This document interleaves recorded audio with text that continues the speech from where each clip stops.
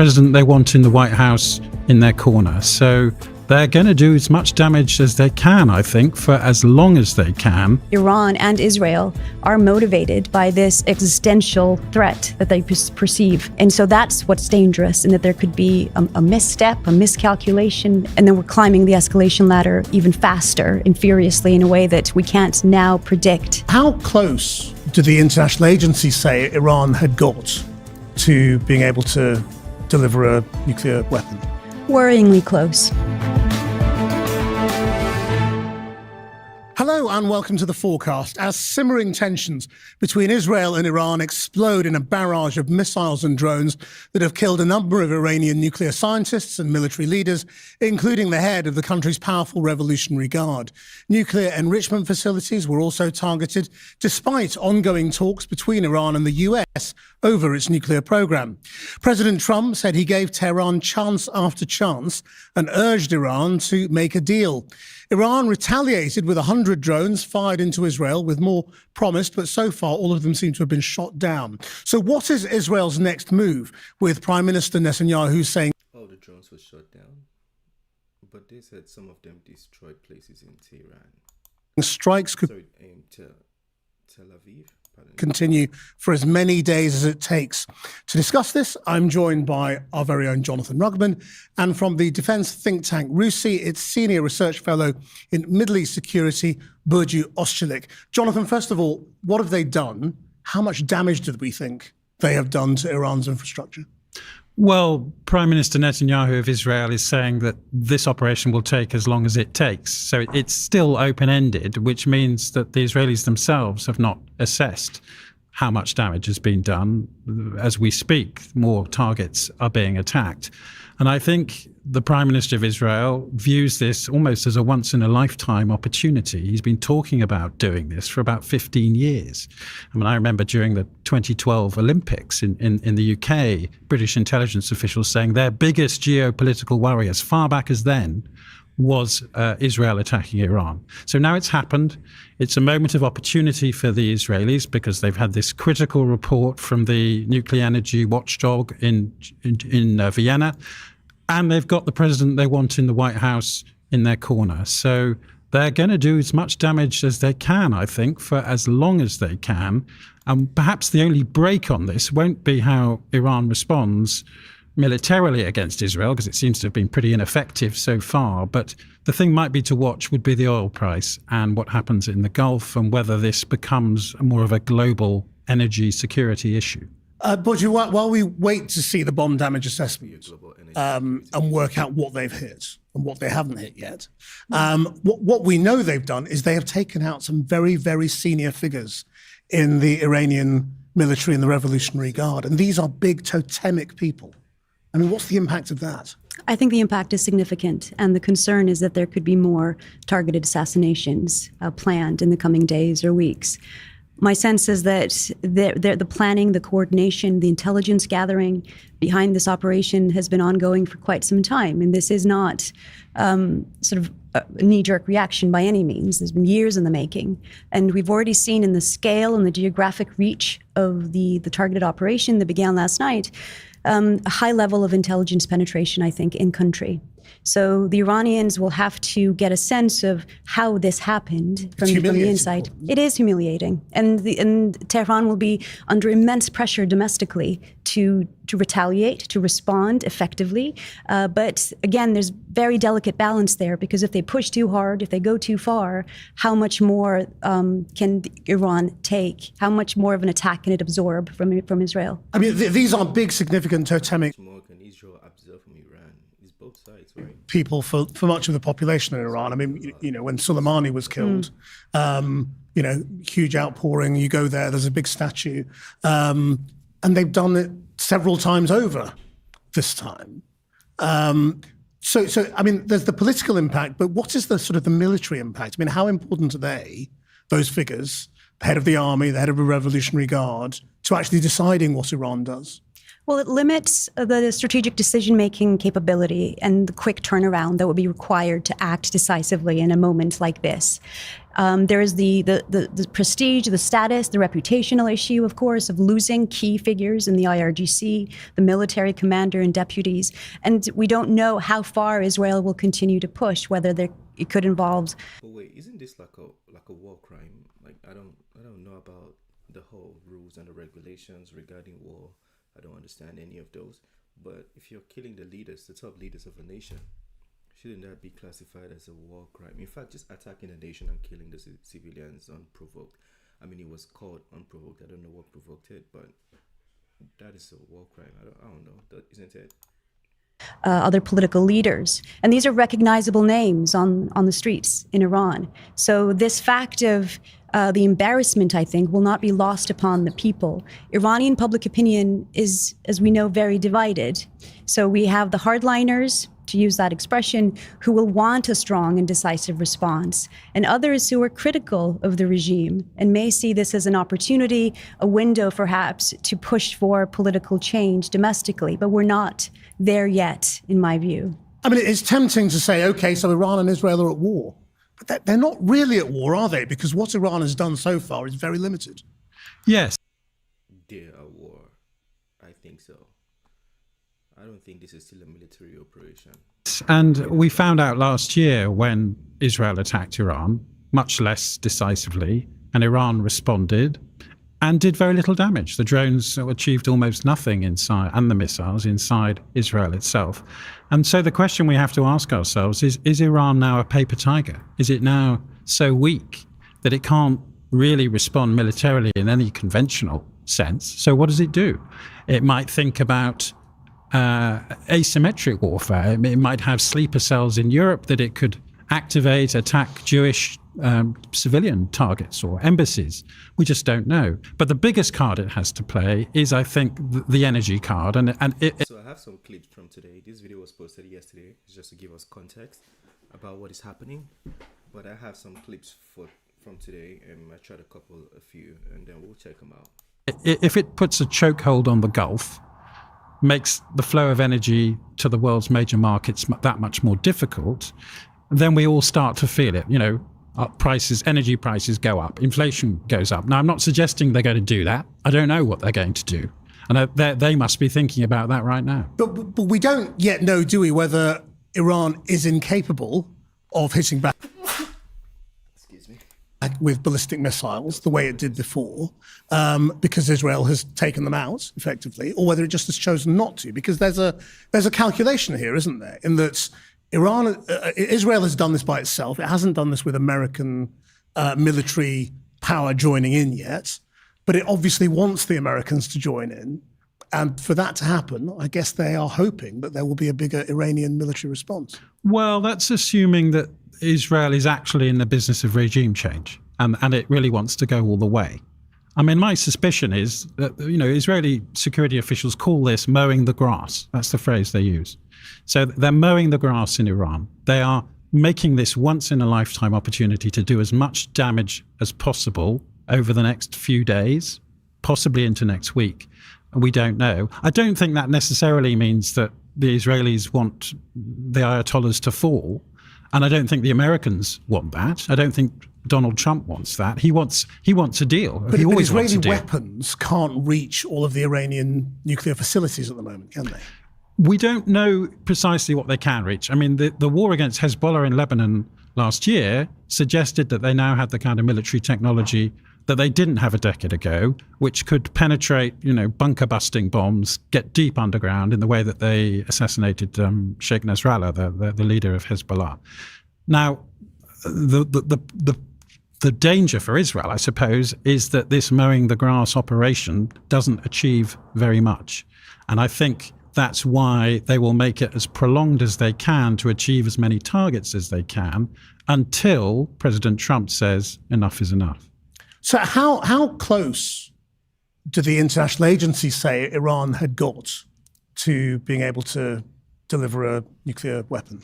Worryingly close. I think the statement earlier this week was the harshest condemnation of Iran in 20 years.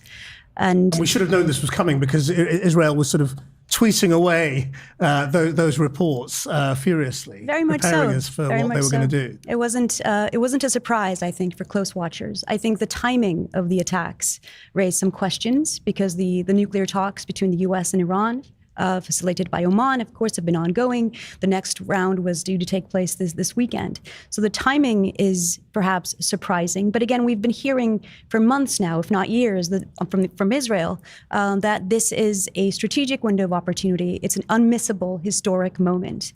And I think President Trump resisted the temptation to go along with this. There is a sense at the moment that he could still be hoping that this creates leverage to bring Iran back to the table. And they're really leaning hard into this hard power, basically, to decimate the military command, potentially, and to humiliate the regime in front of the public. And when you say very close, I mean, what do you mean? I mean, you mean weeks? It's been hotly debated, hasn't it? It's weeks, months, up to a year, but it's close. And Prime Minister Netanyahu's statements, even as recent as last night, said that Iran could be a year away from building the bomb. I think from the Iranian perspective, being seen as a nuclear threshold state is a sort. I see a video today. They said Iran already attained the possibility, and basically the video was saying Iran has already. Force of deterrence, and they wanted desperately to be able to hold on to that. But how close they actually got, we don't know. We don't have enough visibility on it. But the concern now is that with Iran potentially walking away from the Non-Proliferation Treaty, the NPT, there will be less access by the International Atomic Energy Agency. Okay, I think let's check out the videos to see.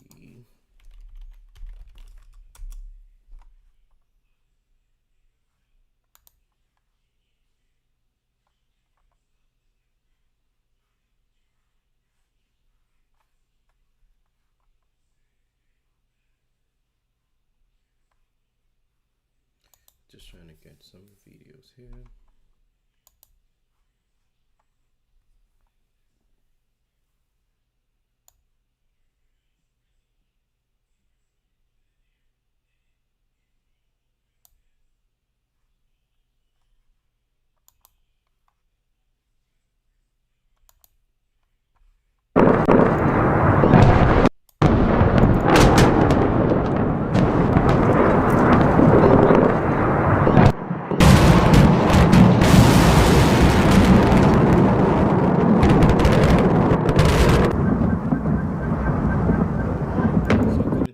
This is Israel launching revenge attack on Iran.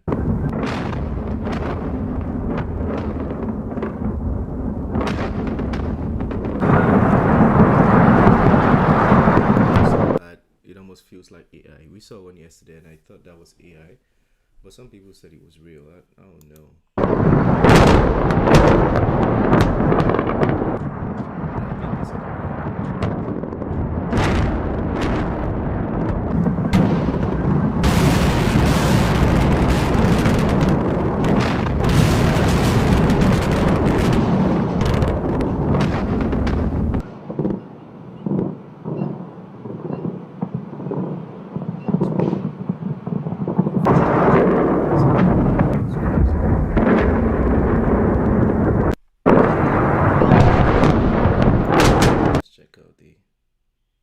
Crazy how the people who are against killing are the criminals all of a sudden. It's wild. And I thought the other day, this is accelerating, and I was hearing all this, going to war with Iran, and part of me was like, oh, we're not really going to do that. After we have this election, whose core point was, hey, can we just pay attention to this amazing nation that we have that's suffering, and people are taking loans out to buy groceries, and we need attention and money. And micropayments. They buy now and they pay micropayments over time. For food. But hey, let's pay for somebody else's missile defense. No. I start to hear this stuff and I'm like, this can't be real. But then it becomes obvious to me that it is real. And I think that is the last conversation I want to be part of. I have zero interest in this conversation at all. It's crazy how the people who are against killing are the criminals all of a sudden. It's wild. And I thought the other day, this is accelerating, and I was hearing all. I think the person he's referring to here is basically Donald Trump.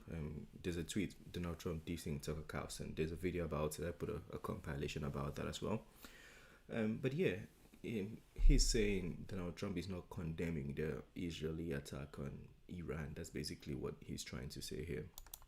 Was, going to war with Iran, and part of me was like, oh, we're not really going to do that. After we have this election whose core point was, hey, can we just pay attention to this amazing nation that we have that's suffering, and people are taking loans out to buy groceries, and we need attention and money.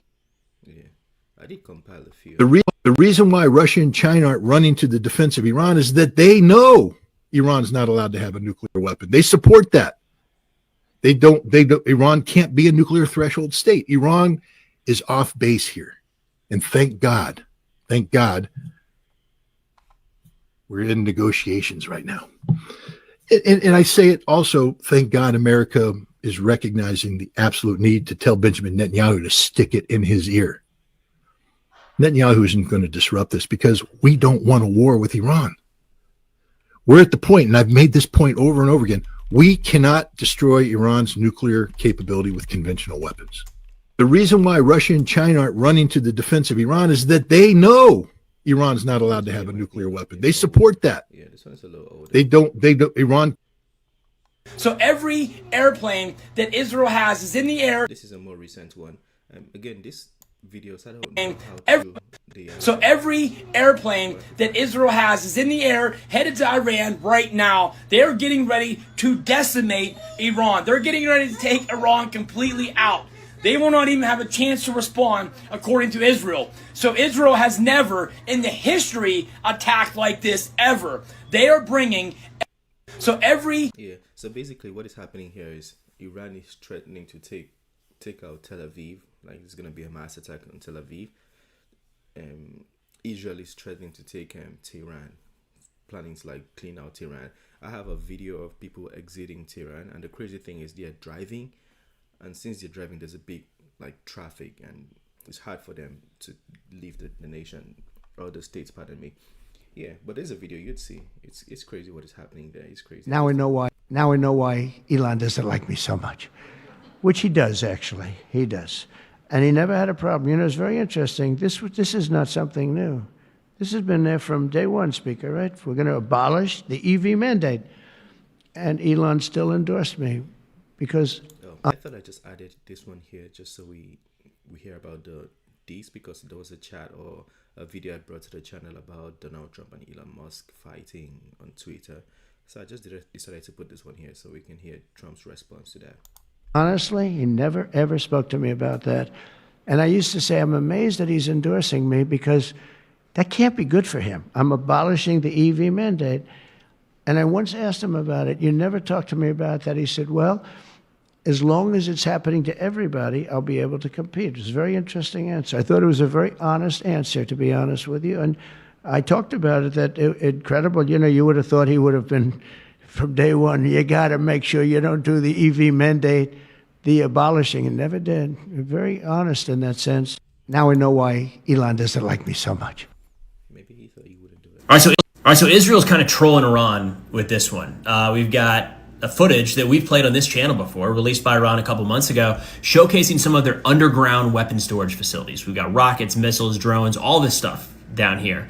And Israel actually released this clip. So Israel released Iranian media, but they made a little edit to it and decided to make clear, annotate in this video, that the two people riding around during this inspection, the chief of staff of the Iranian Armed Forces and the commander of the IRGC Air Force, were both killed by Israel in the last couple days. But nonetheless, it does show a pretty good idea of what Iran likely has underground. There's a lot of argument as to whether or not this is, do they have multiple of these? How big is it exactly? Which, to that end, Israel actually did a little mock-up showing what this strike may have looked like. So, it's an animation. Take that with a grain of salt. We got to do that. But sometimes I think these are helpful, kind of a rendering of what, this exact missile site or this exact underground weapon storage facility, surface-to-surface missile and cruise missile storage site in western Iran, is what Israel's calling it. A bunch of launch locations as well. Apparently, you have to imagine that's the case because you pull these missiles out, you don't want to have to drive them 600 miles to get to the launch point, so there are going to be some at least nearby.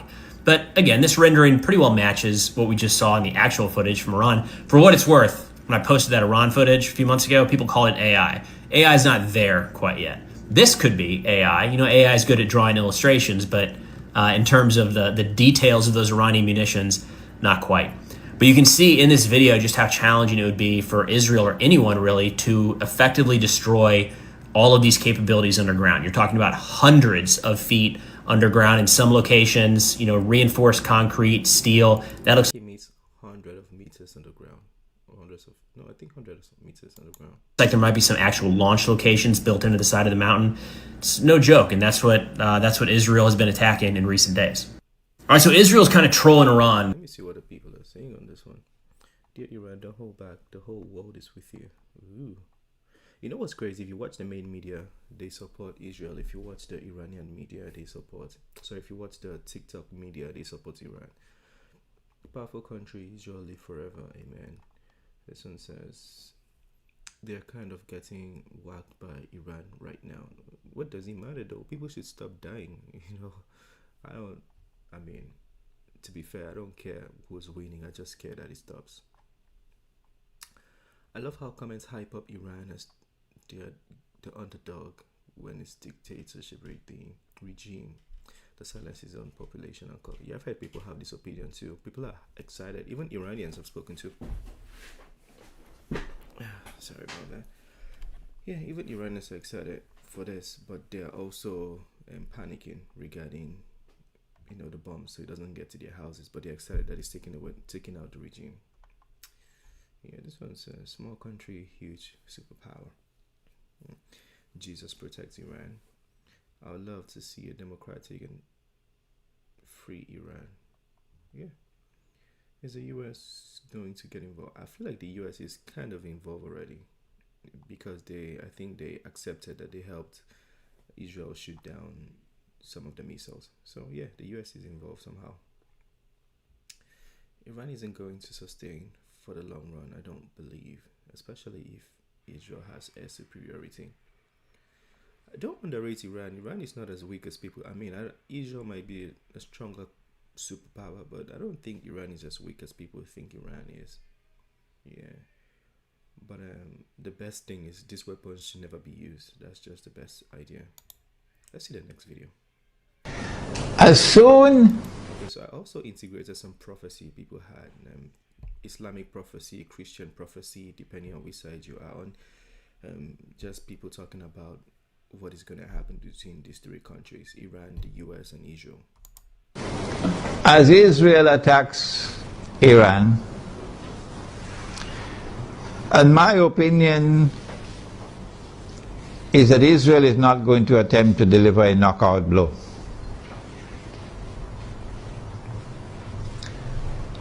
Israel will attack Iran in order to commence wars that she hopes will follow one after the other. As soon as Israel attacks Iran, the first implication is that Iran is going to attack Iraq. And Iran is strategically poised, advantageously poised, to attack the United States in Iraq. As soon as Iran is attacked, Shias around the world are going to respond with solidarity with Iran. And that includes the majority population of Iraq, which is Shia. What about the Sunni in Iraq? The Sunnis are waging a war against the United States. They want to get the United States out of Iraq. And if Iran attacks Iraq, the Sunnis are going to also intensify their attacks on the United States. And so the United States is going to be in a no-win situation in Iraq. You'll be facing enemies fighting you on all sides with no friends around you. None.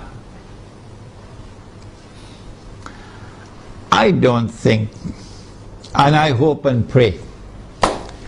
I don't think that NATO will succeed in getting the Turkish government to act so stupidly to attack Iran. I don't think it's going to happen. No. And let us pray that the Turkish government is not ruled by fools. And so NATO and the United States in particular are going to be faced with war in Iraq that they cannot win, and they can lose. They can lose. And this is what Israel wants. This is what Israel wants. But there's another battlefront I want to turn to now. And this is where we need our military analysts. I wish we had some here tonight. That Iran is also likely to attack Bahrain. And it should not be difficult for Iran to take Bahrain. Bahrain cannot stand up to an attack from Iran. Bahrain is just across the water from Iran. I am suggesting to you that Iran is going to attack and take Bahrain. And if and when Iran attacks and takes Bahrain, then there's a causeway between Bahrain and Saudi Arabia where you could drive back and forth. The road will be clear to Saudi Arabia. I am anticipating, and the Saudis probably already have their plans laid out very well, because they know what's going to happen. And Israel already knows what's going to happen. That they're then going to turn to the United States to invoke whatever secret agreements they have of defense. That the United States has to intervene in Saudi Arabia to protect Saudi Arabia from an attack from Iran. I think the Zionists in the US Congress will ensure, even though the US armed forces would not want to go in there, even though the Barak administration would not want to go into Saudi Arabia, the Zionists in the US Congress will ensure that American forces will have to enter into Saudi Arabia to face Iran. I'm also suspecting that they might do the same thing with Pakistan, to force the Pakistani political leadership and military leadership to follow some secret agreement they probably already have, to bring Pakistani troops into Saudi Arabia to face Iran. If that happens, number one consequence will be the United States will be facing two fronts where they're going to lose the war. The first front will be Iraq, and the second front will be Saudi Arabia. And Pakistan will be facing defeat in Saudi Arabia and civil war in Pakistan. As soon as Israel attacks... Let me know what you guys think about that. And it was a little bit complicated, but let me know what you think. So basically saying Israel, what he's saying, Israel is forcing a war so they can get America involved. And when America gets involved, they're basically on too many fronts and they might lose the war, something like that. That's the prophecy, and it's from 10 years ago. I'm not really sure, like, I understand the whole basics, but if you do, you can tell us in the chat, you know. Basically, you can share your opinion too. I shouldn't be the only one talking. I don't know a lot more than a lot of you. You know, you guys probably know a lot more than I do. So you can talk to me, and then we can learn from your comments as well. Let me see. Iran just launched another large-scale ballistic missile attack. So the reason I'm compiling these videos, some of them hold some of the another large-scale ballistic latest information, but this one was from a day ago, but I have like some more recent ones as well. Missile attack against Israel, not only targeting the center part of the country, but also the northern city of Haifa, toward the Dead Sea and into the Negev desert. Here's some video that I took from our position reporting in Tel Aviv. Israel's missile defense system trying to shoot down as much of this incoming fire as they can. The Israelis have continued their strikes against Iran today, as Israel's Prime Minister Benjamin Netanyahu has vowed to continue the campaign to destroy Iranian leadership from the military and also target the country's nuclear program. Iran just... Let me know what you think. Here, right off the bat, somebody says Iran didn't start. Yeah, I think Israel launched the first attack on key military personnel, including nuclear scientists. So yeah, we know Iran didn't start. But you can say Iran provoked. I mean, some people could argue that. I don't really want to go into the intricacies. I don't know myself who started, who did not start, but we just hope it stops. So you mean they launched another missile defense, right? But they're not sending more love where you were. Wait, this guy's trying to get him killed? By love, I'm sure he's saying missiles. Date, please. More. Do it, Iran. A lot of people on TikTok are supporting Iran. It almost feels like TikTok is pro-Iran.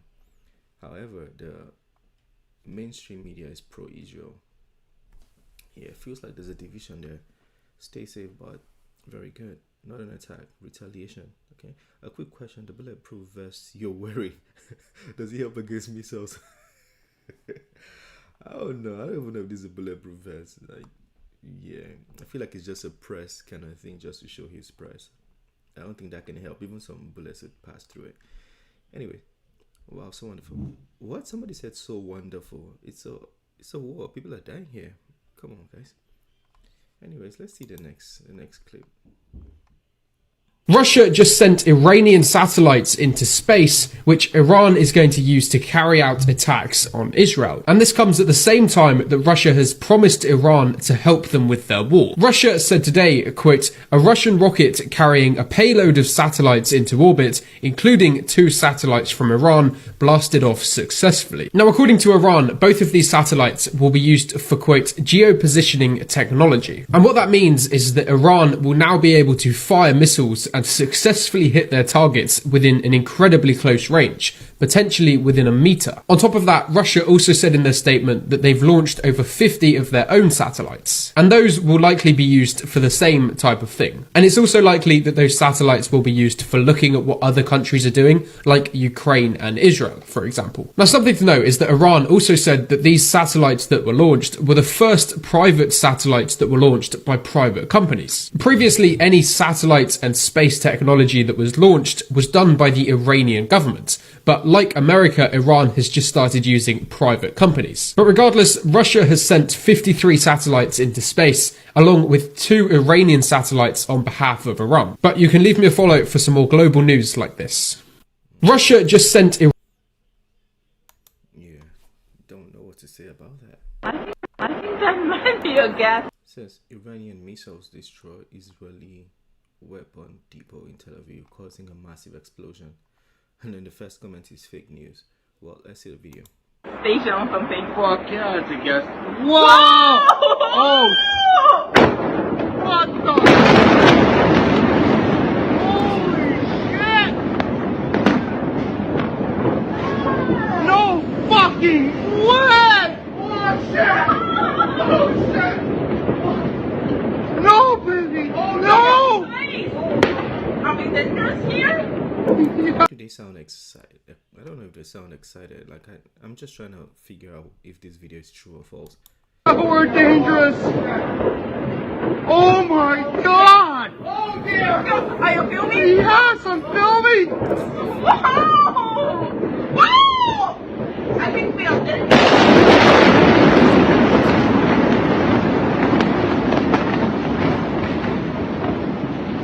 Let's go! Let's go down! Let's go! Come on! Oh shit, man! Holy shit! No fucking way! Holy shit, baby! Let's go! Let's go, man! Okay. Electricity. Yeah, let's see what people are saying. This guy said fake news. Let me see your. This guy's laughing. Really? Yes, years ago in China. What? The people are speaking good English. Understand I don't get it. I understand you and you feel Zion pain. If that makes, I don't get it. I don't get this part. Oh, someone is saying, someone agrees with him. Someone says this is China. Not, oh, is this fake or real? Someone says this is China. Fake.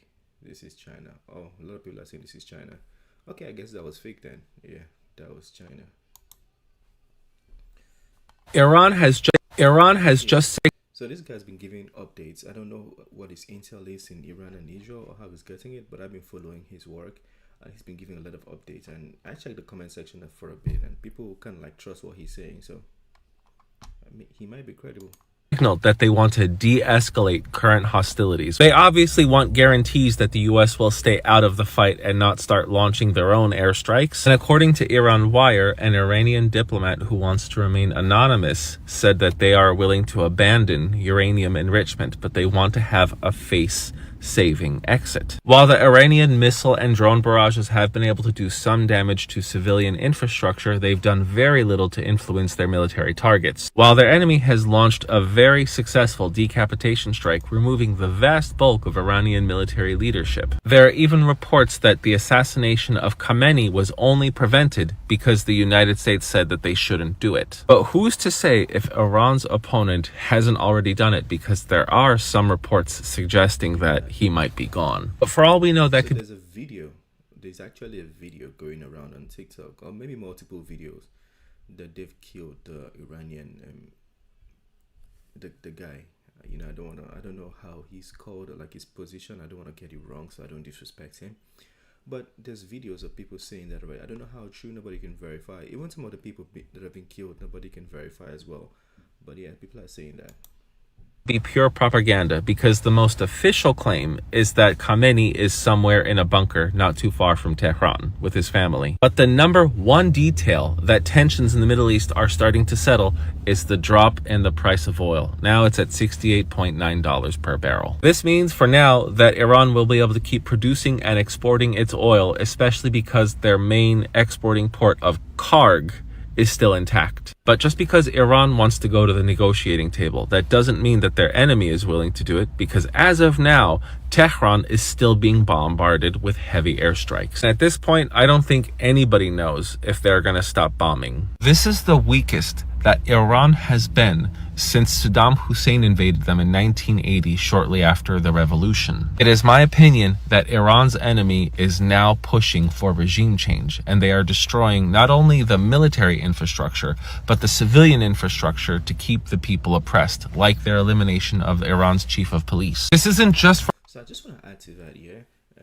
I've spoken to some Iranians about this, and I'm not gonna like go directly to specify where and how I did that, but what my opinion or my takeaway from what they said is that they are happy for the regime change, but also they are frightened and scared because of the bombs and the missiles dropping in Tehran and in Isfahan and the different places.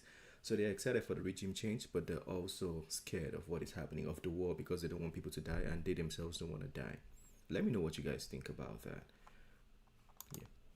From American sources, but even Putin was said to have contacted Khamenei and warned him that the Iranian regime is in danger. The government is now trying to negotiate for peace because they are witnessing their loss of control of the masses. And if this continues, then yeah, another revolution is going to happen. And what comes next? Remember that Iran used to be ruled by the Shah in 1978 before the revolution, and his son is still alive. 3 days ago, he gave a speech where he was urging Iranians to break with the Islamic Republic, but he's made it very clear he doesn't want to rule. He just wants to help Iran find some stability. It would be a horrible mistake if Iran descended to having a Shah once again. Why can't Iran just be a republic that is secular? I have no idea how a new government would be set up, but I do know that Iran needs someone like Mohammad Mossadegh, who was the prime minister from 1950 to 1953. You should research how brilliant this guy was, and he would have led Iran to a prosperous and peaceful future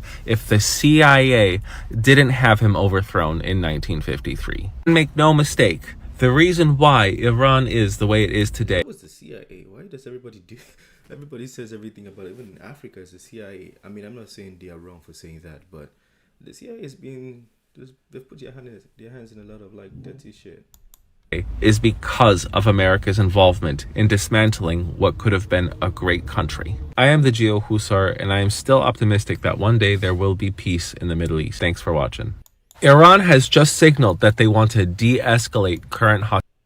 Okay guys, that's his username in case you want to go support him. Like, he's been giving us updates and I've been watching his updates. But I just want to read the comment section and see what people are thinking with regards to this update. So any country with Russian air defense systems all have to be freaking out how weak they are.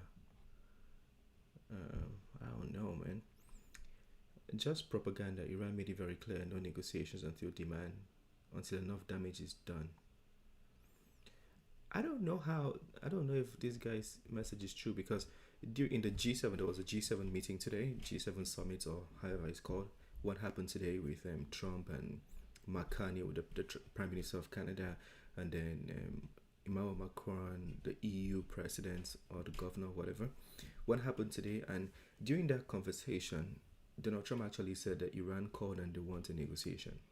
Trump confirmed that in one of the messages, or one of the things he was saying, that they want a negotiation. So I don't know if you guys saw that. So this guy is saying that Iran doesn't want a negotiation. I don't know, unless Trump was lying, but I don't know.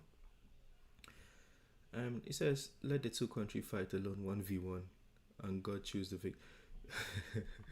You know what I think about these comments while I'm laughing? Why I'm laughing? I feel like instead of war, right, they should send representatives. A comedian once said this and I thought people laughed about it. Send representatives, they do like hand wrestling. The winner, wins the decision on the table or whatever they're trying to sign. Should be like a hand wrestling or a wrestling match, or just Olympic games for like Iran and Israel, instead of people dying and infrastructure being destroyed. Should be a lot easier than this, man. I would love to see a free Iran. Persians want a secular imam rule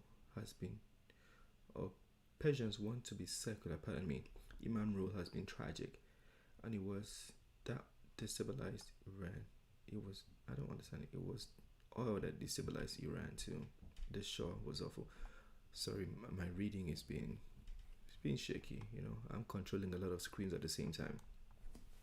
Anyways, because they're scared regime change is needed in Iran, I feel like at this point is the only way forward. There's gonna be a regime change, because about 9 of the top leaders have been killed, according to speculations. Can you do a video of how CIA invaded and destroyed Iran? I feel like this is already on the internet. I had seen one. Especially they spoke about the different people who colonized Iran or who tried to take resources from Iran. There's a video similar to this. That was quick. As an Iranian, we're in a dilemma. We don't want foreign interference in our affairs, but we also don't support the current regime. Then how are you guys going to change things if you don't want foreign interference and also you don't like the regime? There are two things. You gotta just, either you fight from within, which is going to be a revolution, and that would mean the people would kill you for treason. The soldiers could kill you for treason. So it's a very tricky one. Anyways, let's go to the next video.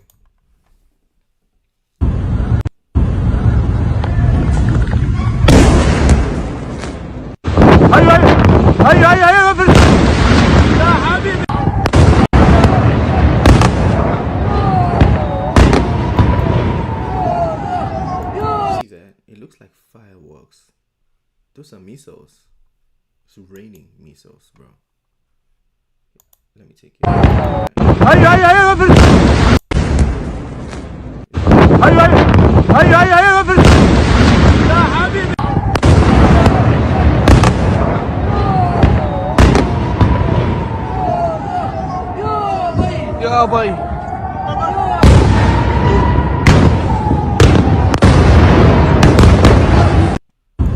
Yeah, imagine waking up to that, or sleeping and that wakes you up.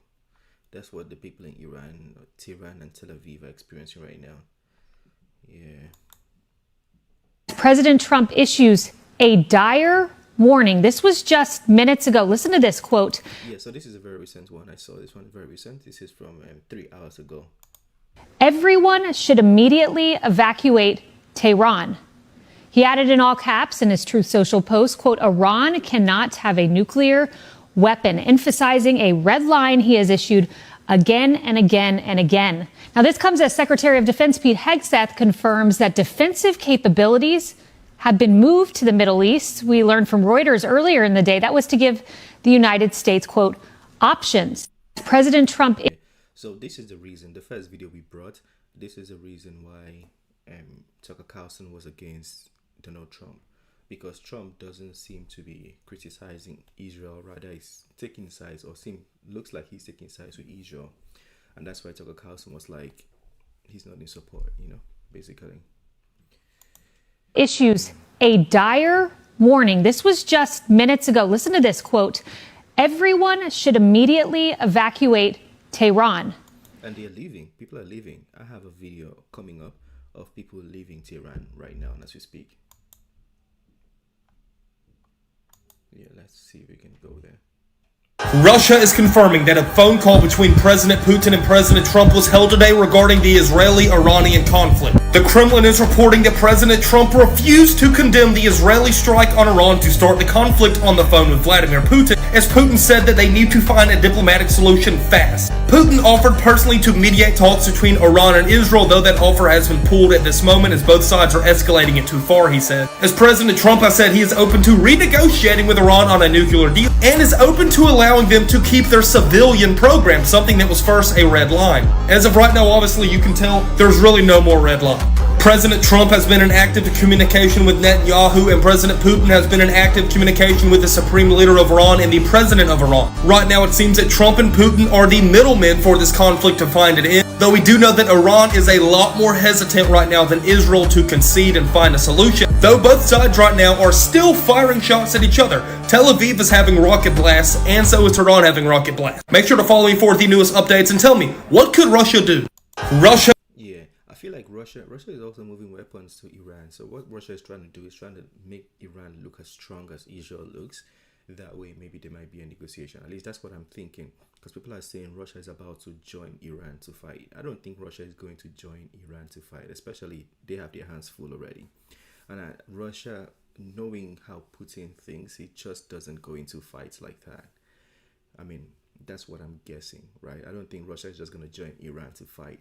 But I think Russia is trying to make Iran look strong so they can look as strong as Israel, and maybe that way Israel and Iran can come to the table and they can have a deal. So I think that's the whole point of why Russia is involved and helping to mediate the whole situation. But yeah, let me know what you think. Yeah, share your comment in the comment section. Talk to me. Let me know what you think about this. Maybe you might have better opinions than I have. Let's see the next one. This is Make We Talk breaking news. Tehran has rained on terror on Israel. So these are people from Tel Aviv trying to leave, and this is... I don't know if this is true though. Shit, this looks like AI, man. It looks like fireworks. That's crazy. Let me see the comment. What a joke. Meanwhile, Tehran is begging for a ceasefire. People are saying this is fake news. Yeah. Iran hasn't got capability that can inflict or destroy Israel. People are saying this is fake news. Is this real? Because this is crazy though. That looks like rain. Like when I see this is fake, I'm happy. I want it to be fake news because these are people. Imagine this landing. This thing can kill like 100 people at once, and it just falls like this, like rain. I want this to be fake news. I can't even lie to you. Like on both sides, I want it to be fake news. This is the start of World War III.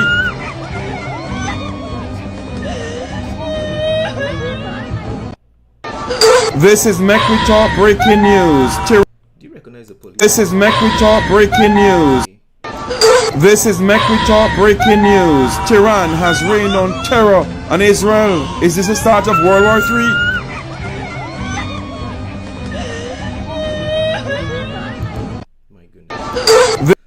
Yeah, let me know what you guys think about. I don't know if that's fake or real, man. I couldn't tell you. Iran, Russia, North Korea, Sudan, Libya, and the rest of the Arab world should not rejoice. You know why? All of you combined can never win a war against Israel. Thou said Yahweh, peace be unto. I've seen this comment a lot, actually. You know, the Bible there's a place in the Bible that says, you can't win a war against Israel. I'm paraphrasing. But and I've been seeing these comments a lot. So people are saying that Israel should not panic, they're gonna win. But the thing is, at what cost, though? Like lives, properties, and all of those. Yeah. It's Iran, not Israel. What these police officers, can somebody answer? Like, what is GIP police? Which nation has GIP police? Let me see. Which nation has GIP police? Because I'm seeing the police wear GIP uniform. I don't know what that is. Hopefully Bing knows. I don't like using Bing. Bing is always weird. The nation that has GIP is France. Yeah, then this is France. You see? GIP, then that's France. So this is fake. Yeah, it took just a little bit of Googling to figure that out. Then what is this then if this is France? What are these things in France? Anyway, let's keep that one.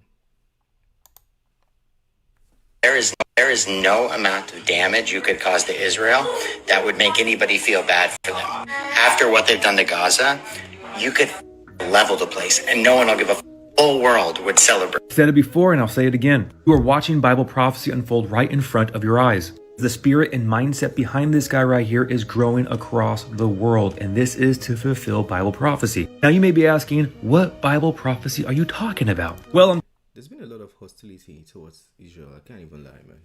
Talking about Zechariah chapter 12, behold, I will make Jerusalem a cup of drunkenness to all the surrounding peoples when they lay siege against Judah and Jerusalem. And it shall happen in that day that I will make Jerusalem a very heavy stone for all peoples. All who would heave it away will surely be cut in pieces, though all nations of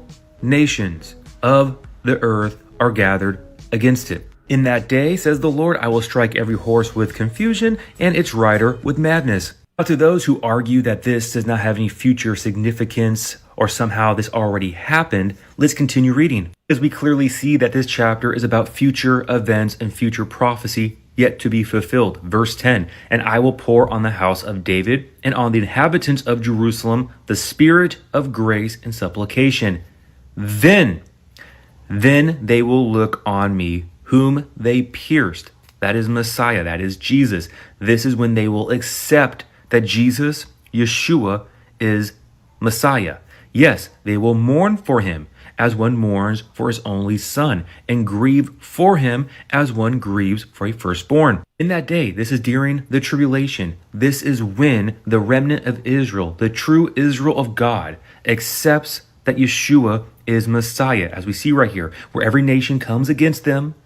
They are all drunk off of a cup of stupor, but the remnant will accept Messiah. In that day, there shall be a great mourning in Jerusalem, like the mourning at Hadad, Rimmon, and in the plain of Megiddo. To even get further context, we go to the last chapter of Zechariah chapter 14, and we can see that Israel needs to be in the land again for Jesus to come back. This is yet a future prophecy that has yet to be fulfilled, and yet people will criticize and mock those who have a futuristic mindset. It is clear in the scripture that there is still future prophecy to be fulfilled. Behold, the day of the Lord is coming, and your spoil will be divided in your midst. For I will gather all the nations to battle against Jerusalem. The city shall be taken. This is the great tribulation, right? This is Jacob's trouble. The great city shall be taken, the houses rifled, and the women ravished. Half the city shall go into captivity, but the remnant of the people shall not be cut off from the city, the remnant believing aspect. Then the Lord will go forth and fight against those nations, as he fights in the day of battle. And right here in verse 4 is the nail in the coffin for all the preterists, all the Satan's little seasoned individuals. And in that day, at the end of the great tribulation, his feet, Messiah, Jesus, his feet will stand physically on the Mount of Olives, which faces Jerusalem on the east, and the Mount of Olives shall be split in two. As we clearly see to this present day, the Mount of Olives has not been split. Clearly, I would say it's reasonable to say that this prophecy right here has yet to be fulfilled. It is still yet future. To those who say the Israel of today is not the real Israel of the Bible because they are in unbelief and they are evil, well, you need to read. I've actually heard that the Israel of today is not the real Israel.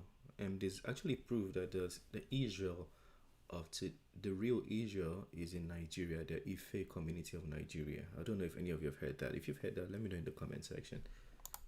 Read Ezekiel 36 because you can see clearly God is not happy with Israel, the individuals who make up Israel, because they profane his name. But yet he will still bring them into the land even though they profane his name. Ezekiel 36. So I scattered them among the nations and they were dispersed throughout the countries. I judged them according to their ways and their deeds. When they came to the nations, wherever they went, they profaned my holy name. This word right here is the idea of defiled. You will see this is a common theme in Ezekiel 36. When they said of them, these are the people of the Lord, and yet they have gone out of his land. But I had concern for my holy name, which the house of Israel had profaned, once again, defiled his name through their unbelief and their actions at how they treated people among the nations wherever they went. Therefore, say to the house of Israel, thus says the Lord God, I do not do this for your sake, O house of Israel, but for my holy name's sake, which you have profaned the third time. Again, a common theme, profaned among the nations wherever you went. Clearly, you can see here that God is not very happy with the people of Israel. But yet, God is a promise keeper, and he made an unconditional, everlasting covenant with Abraham, Isaac, and Jacob. And I will sanctify my great name, which has been profaned the fourth time. So clearly, the Holy Spirit is highlighting this fact. Profaned his name among the nations, which you have profaned the fifth time in their midst. And the nations shall know that I am the Lord, said the Lord God, when I am hallowed in you before their eyes. Get this, verse 24, for I will take you from among the nations. Okay, so they are profaning God's name. But while they are still profaning his name, he will take them from among the nations, gather them out of all countries, and bring them into their own land, which is Israel, the land of Canaan. Then, once these individuals who have been profaning his name are gathered into the land, then he will sprinkle clean water on them, and they shall be clean. I will cleanse you from all your filthiness and from all your idols. Right now, we are currently living in between verse 24 and 25, where the individuals are being gathered to the land, but through Jacob's trouble, the great tribulation at the very end, when the remnant comes to faith in Messiah, that is when God will then cleanse them. As we clearly see in Romans chapter 11, the distinction between Israel and the Gentile church, because Israel's rejection is not final. Paul says, has God cast away his people? Certainly not, for I also am an Israelite, of the seed of Abraham, of the tribe of Benjamin, clearly highlighting the fact.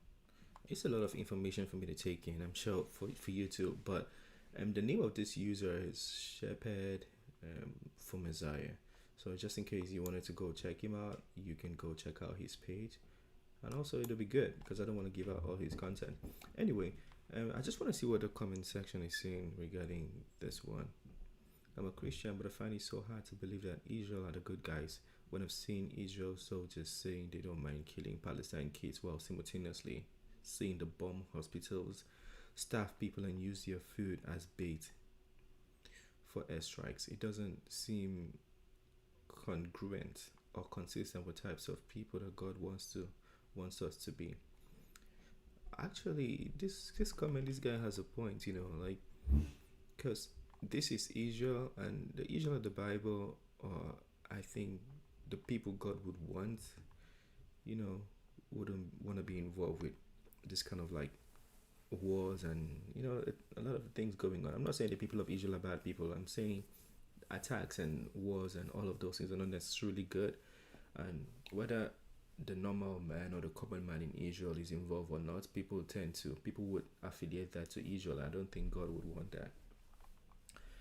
Yeah, let's see the other comments. So the real chosen people are Palestinians. Yeah, let me see what people replied him.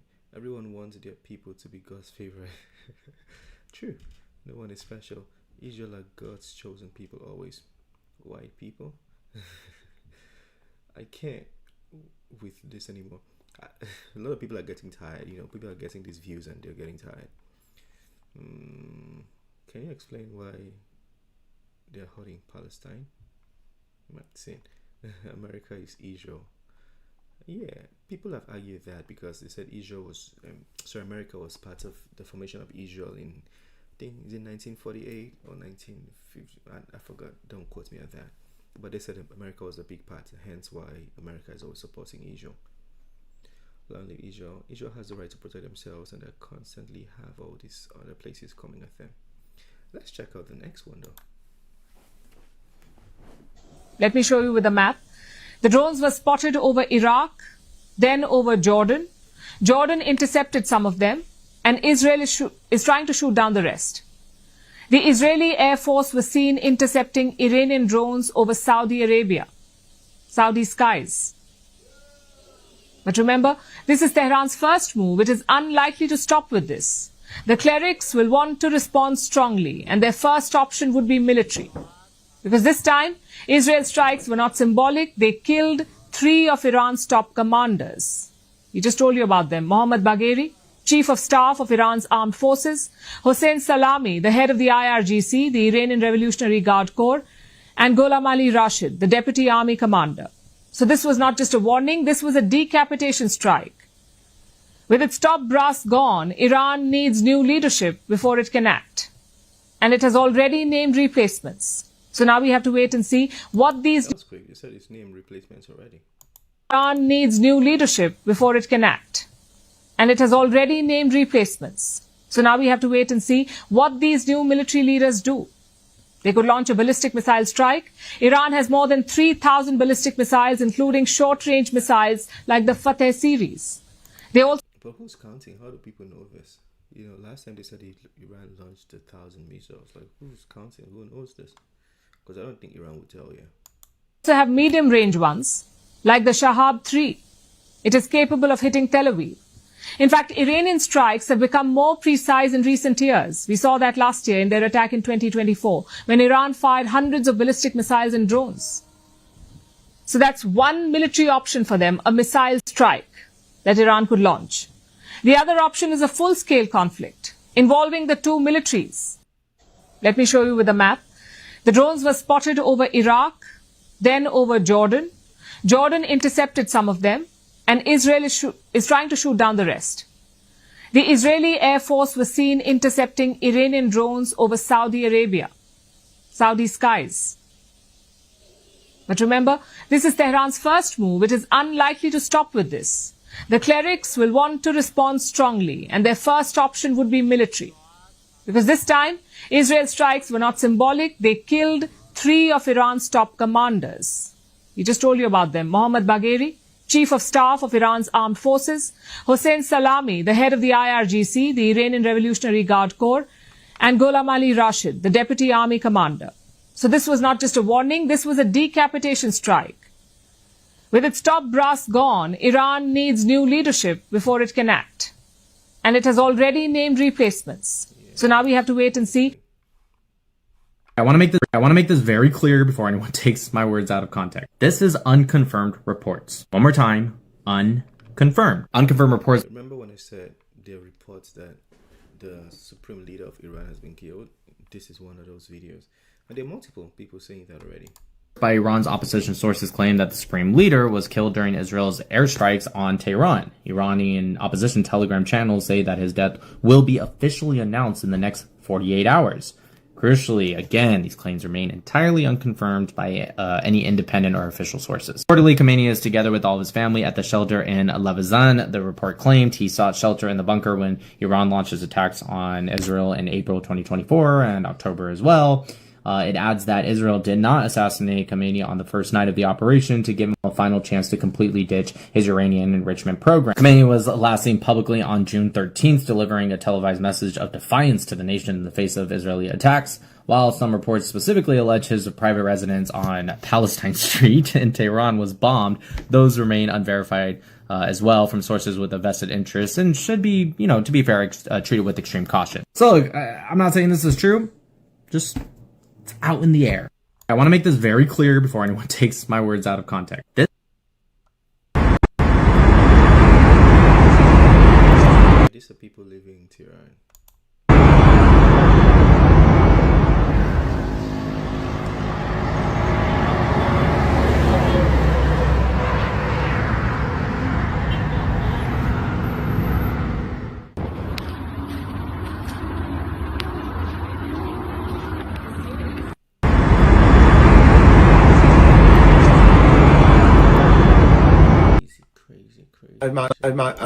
Yeah, this is another prophecy. This man, a lot of people have said his prophecies come to pass or they are true. I don't know.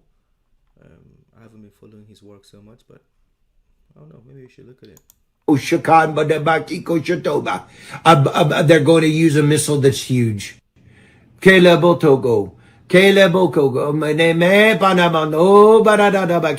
I'm talking Iran is going to use it against Israel. This is a mega huge missile. And I believe they got it from Russia. A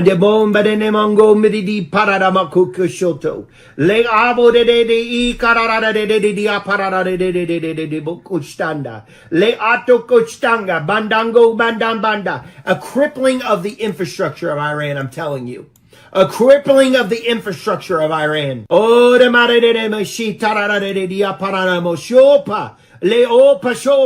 This missile in the name of Jesus will not touch the ground.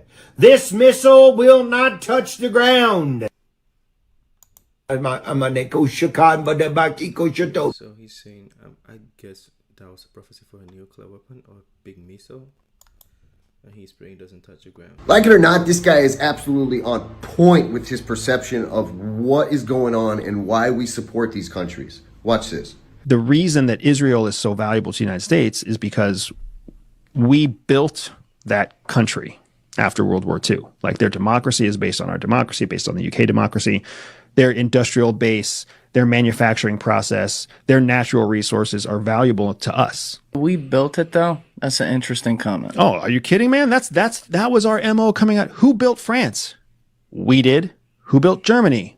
We did. I agree with that. UK, we did. Japan, we did. Everybody who was devastated coming out of World War II, we built their countries with debt, financing, with democratic principles, whatever else, right? And that's what we did with Israel too. We went in there and we were like, hey, we're going to give you this land. And on top of that, we're going to give you economic structure. We're going to give you trade. We're going to give you aid. We're going to make you dependent on us. Like it or not, this guy. So basically, Israel is an annexation or annex of America. That's what he's saying. Israel is not a democracy. Free Palestine.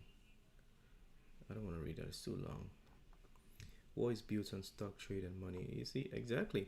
This is going to crash the stock market by a lot. And I do have some stocks and crypto, which is, I don't know. Anyways, I agree with him, but by cheating, corrupting to U.S. politician, he's ex-CIA.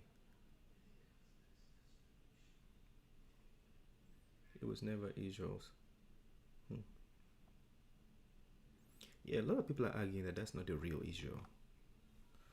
Yeah, people are saying that Israel was just a group of people built by oligarchs. Again, this is not me saying it, I don't know. But the people are saying that's not the real Israel and that's Palestine's land. A lot of things, really. He's so wrong. Also, blueprint of toxic capitalism supported by... Okay, seems a lot of people commenting support him. I wanted to see opposing comments.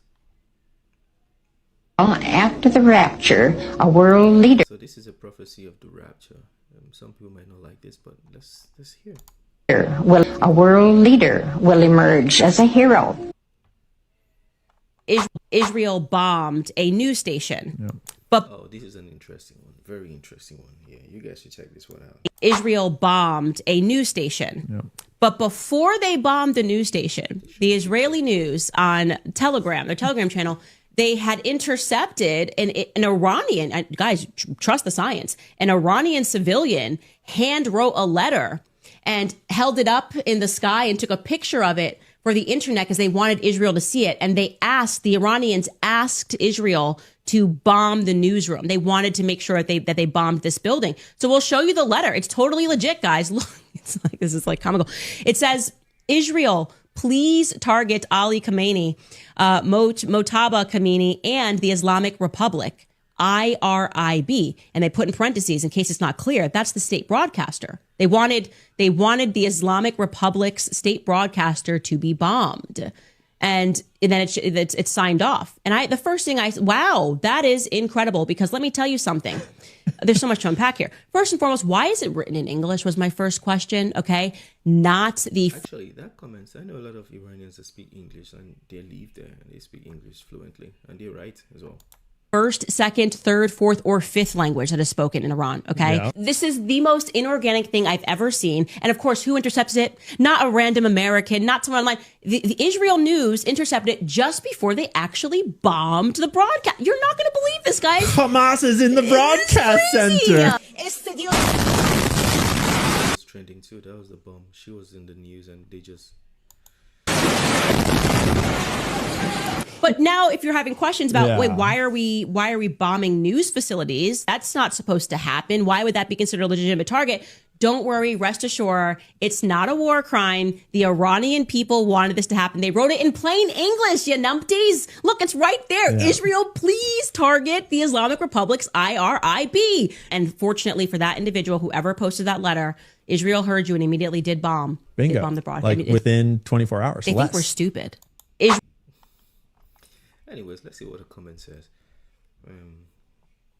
This one says, Candice Owens has shown her true colors and is open anti-Semitic. Vow.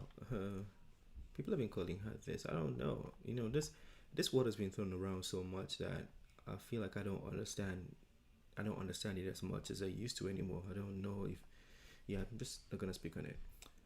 I will always pray for Israel. You know what's hilarious? It's because Iranians/Persian people want to be free. Oh, so this person believes that actually happened.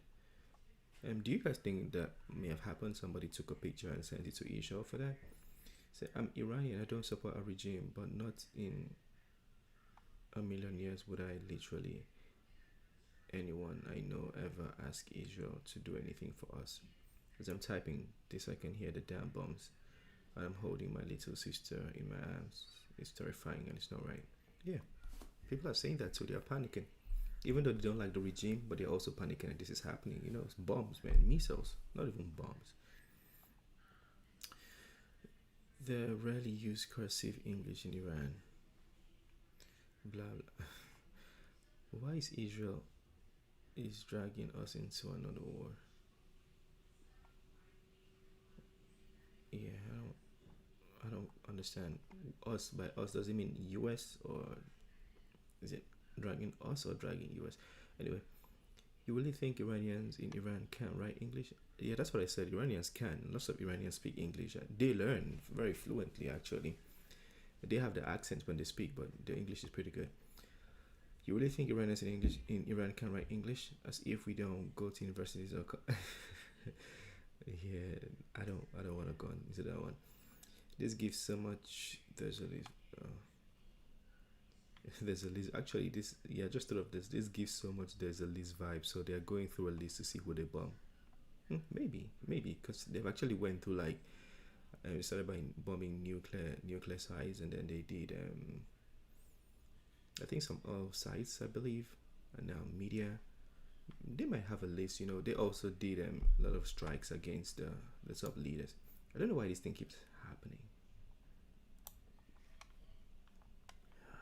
There we go. And I have to try to figure out this thing. My network is not as fast. Okay, you couldn't make this up. Where in Tehran all the highways empty? That's a very good question. But it was a picture, which means maybe you took it at the point where there were no cars. I don't know. Trust, bro. I don't want to go into this, man. This is a rabbit hole I don't want to go into. In the last days, the leader of Russia will make war against the nation of Israel in an epic battle that... So this was another prophecy video. There's a bunch here, so let's see. ...takes place on Israel's northern hills. Iran, Turkey, Libya, and Sudan will join forces with Russia in an effort to destroy the nation of Israel once and for all. Europe and Saudi Arabia will question Russia and her allies, but their protest will fall on deaf ears. This Russian-led coalition will come upon Israel with a massive army of troops and attack the Jewish state. No nation on earth will come to Israel's aid. But when it seems like Israel is totally helpless against her enemies, God will intervene. He will send a massive earthquake in the land of Israel. Then he will send them a terrible disease and cause confusion among them so that they start destroying each other instead of Israel. And finally, he will devastate Israel's enemies with rain, hailstones, and fire and brimstone. Then many... So this is supposed to happen after the rapture. Like if you're a Christian, this story is supposed to come up. If you know the story, it's supposed to come after the rapture. We're apathetic about God, will know the power. Let me know what you think about this story. Like if you're a Christian, if you're non-Christians, let me know. If you don't believe, if you think it's bullshit, talk to me as well. Of the one true God who defends and protects his holy nation, Israel. I know what you're thinking. Does the Bible really say this will happen? How could a book thousands of years old make a prediction about modern nations like Iran and Russia? Conservative Bible teachers and even politicians like Ronald Reagan believed will literally happen as predicted. Battle will take place in the last days, right before Jesus returns. And according to many Christians, we've never been closer to this prophecy being fulfilled. The Ezekiel 38 war. This prophecy was written over 2,500 years ago by a man named Ezekiel, who was forced out of his homeland in Israel as a small child and taken to Babylon with the rest of the Hebrew captives. It was in captivity at age 13 that God started speaking directly to Ezekiel and telling him to write down messages that predicted the future. And one of these God-given prophecies is about a bunch of nations coming together to attack and destroy Israel. Every name mentioned in Ezekiel 38 was a well-known nation in the 6th century BC. Let's see if we can use history and archaeology to locate where each of these ancient nations were located on a map of the world in Ezekiel's time. Watch what happens when you draw a line from Israel to the country furthest north. You end up in what today is called Russia. In fact, the capital of Russia, Moscow, is almost exactly north of the capital of Israel, Jerusalem. But in the last days, the leader of Okay, that was a short one. Message to Iranians. Finish the job. Finish the job. Russians, Pakistanis, please help Iran finish the job. I'll just say stop the war, man. Sort of finish the job at what expense? Yeah, everybody should stop fighting. God bless you. I don't understand why some people are, saying you gotta push for conflict. You see, that's what I'm talking about. Like, shouldn't be pushing for conflict. It benefits nobody. Have a look at this image that was seen on the uniform of an Israeli soldier. Look closely. What do you see? You see Palestine, Saudi Arabia, Syria, Iraq, Lebanon, Egypt, and a small part of Turkey. And next to it is written, the Promised Land. What does this mean? Have a look at this image that was seen on the uniform of an Israeli soldier. I don't know what that means. He said, in a moment, in the twinkling of an... Oh, this is another prophecy about Donald Trump being the last president of America. Interesting one. The last president of America. An eye at the last trump. Then he pointed out to me, he says, the last trump there means second trump.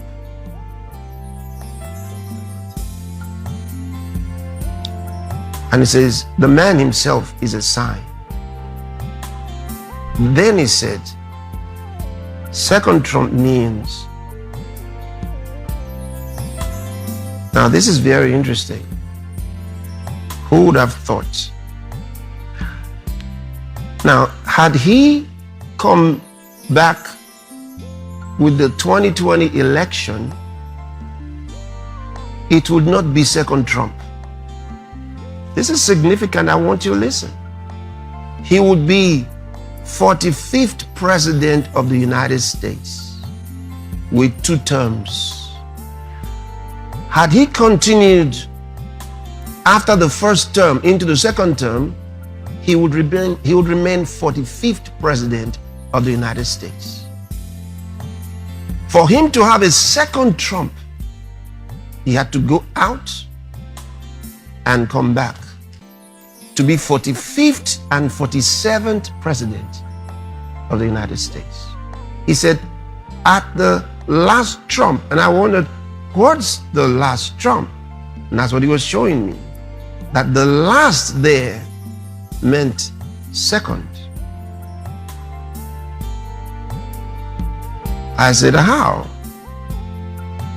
Then he took me through the reading of the scripture from verse 45 all the way down. And so it is written, the first man, Adam, was made a living soul. The last Adam was made a quickening spirit. It's showing me. The first man, Adam. Remember those three words. First man, Adam. It says, was made a living soul. The last Adam was made a quickening spirit. Now the word last is from the Greek eskatos. Eskatos means the last, the end, final. The last in time or space. Meaning after that you don't get none. So he says the reason for the word last is because that is final. You're not going to get another one after that. The countdown begins now. In summary, he's saying the last Trump, which is the last rule of Donald Trump, and the second Trump will be the last Trump, the last president. And he's saying you should start counting down for when God comes. You know, basically the world is ending. I would say for throughout the presidency of Donald J. Trump, during these days, prepare yourself.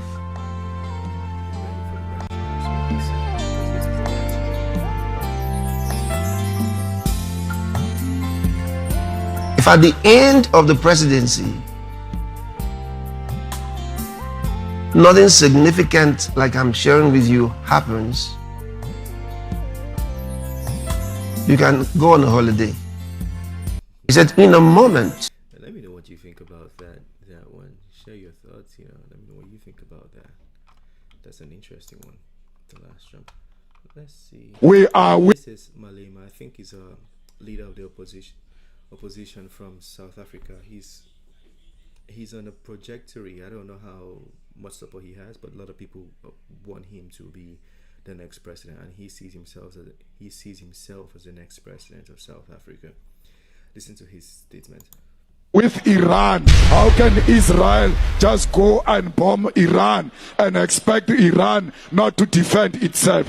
We are with the children of Palestine because we were there before. We know how it feels to be oppressed and to be dispossessed of your land. We were dispossessed of our land, and that's why we are on the side of the dispossessed, and that is the children of Palestine.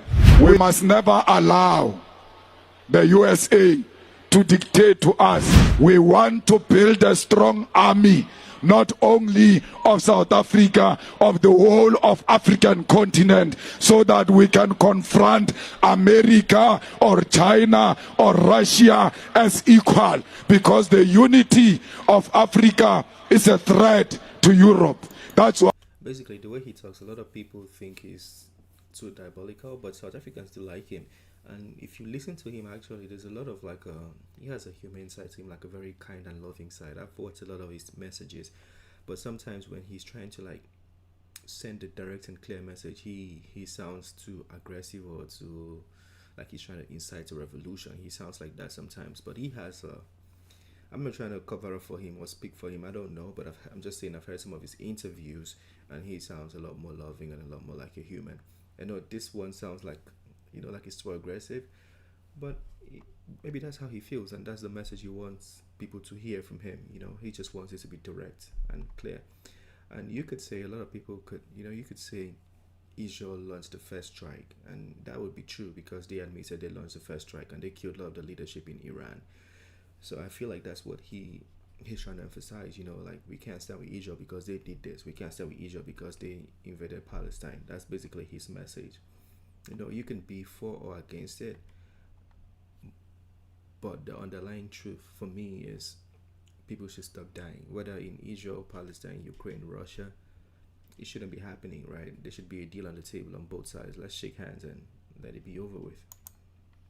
Why Africa must unite. That's why Africa must have one president, must have one parliament, must have one army, must have one currency, and that currency must be stronger than the dollar, euro, or pounds. The song Kill the Poor is not created by Julius Malema. That is a song of the struggle. That is the song that was sung by our fathers and mothers during difficult days of apartheid, and no one will stop us from singing that song. It is our heritage, and we will defend it with everything we have. We are with Iran. That's his message. He's with Iran, he's with Palestine, anywhere but Israel. Let's see what the comment says. Said, as Christians, we stand with God's people. So when you see God's people here, it's often referral to Israel. So in this situation of injustice, we must stand with the victim. So this person is basically saying, why stand with Israel rather than stand with Iran? This guy will get us all in trouble. So Africans have a joke of like, we cannot compete. We don't have the weapons, we don't have the ammunitions and all of the structure and the technology to fight against these people. So don't get us involved. So that's what this guy's comment means. Like, this guy will get us in trouble. And then Malema must be arrested before he gets us in trouble. Uganda is with Iran and Palestine. Okay. Malema wasn't even born when the operation was happening. I guess that's one way to see it. Anyway, I feel like I'll come with another, just about to end the stream. Yeah, it's getting late here, so tomorrow we'll continue. I'll bring more videos and latest updates so we can check it out. But let me know what you think. Like, share, subscribe, turn on notifications so you're aware for tomorrow. But whatever, just keep me updated so we can talk. It's the end of this one. I'm trying to get this puzzle right. It's the end of this one. Smash the like button, subscribe, share, all the fun stuff, comment, and we can talk. You can comment, we can still talk, even though if you didn't comment in the chat, you can still comment in the comment section. Have a wonderful day, guys. Peace.